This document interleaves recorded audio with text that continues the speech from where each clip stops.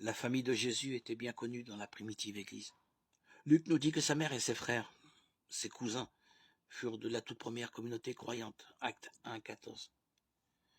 Mais encore un trait de l'objectivité des évangélistes. Marc et Jean n'hésitent pas à rappeler qu'au début, la famille de Jésus ne fut pas enthousiaste pour son ministère de prédicateur du royaume.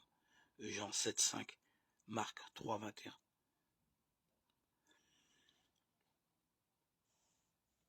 Une femme éleva la voix du milieu de la foule et lui dit « Heureuse celle qui t'a porté et allaité ».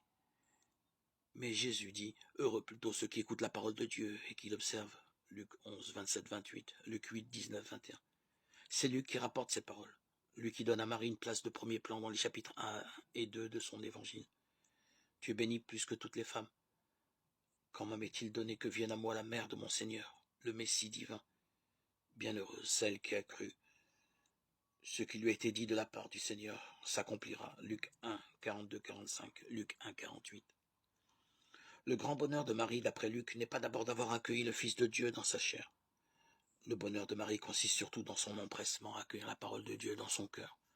Luc fait de Marie la croyante. Elle cherche à comprendre la volonté de Dieu. Marie retenait tous ces événements en cherchant le sens. Luc 2, 19. On découvre en Saint Luc une mère de Jésus très humaine, très disponible. La volonté de Dieu la déconcerte, lui perce même le cœur, comme dit Simon, chapitre 2, 35. Elle reste la servante. Versets 2 à 35. Évangile de Luc. Sans aucune prétention, et pourtant, cette servante est la mère du Messie en Israël. Quelle gloire! Marie, servante du Seigneur, est la représentante merveilleuse de la race spirituelle des petits, des humbles, des pauvres, qui sont les premiers dans le royaume de Dieu. Luc 6, 20. En Jean, Marie apparaît 2 fois à Cana, Jean 2, 1, 12, et au pied de la croix, Jean 19, 25, 27.